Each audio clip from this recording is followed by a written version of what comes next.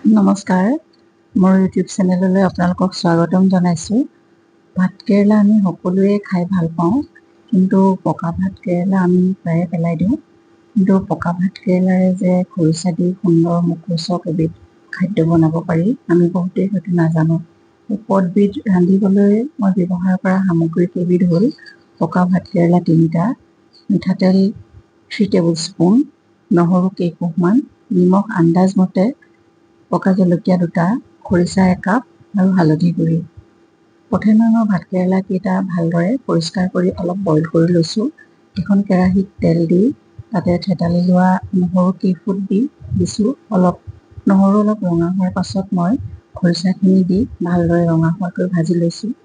তেল ফুটি যোৱাত মই হালধি গুড়ি আৰু নিমখ জলকীয়া দি ভালদৰে লৰাই ইতিমধ্যে বইল কৰি ভাঙি ৰখা ভাতকেৰেলাখিনি দি দিছোঁ।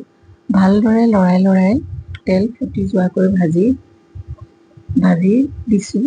অলপ সময়ৰ পাছত মই গেছ অফ কৰি দিছোঁ। এইটো গৰম দিনত বৰ সুন্দৰ পদ।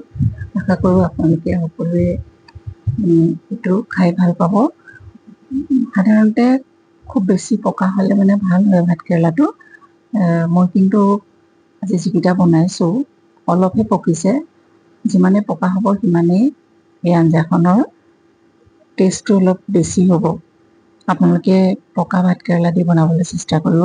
আজিলৈ আহোঁ, ধন্যবাদ।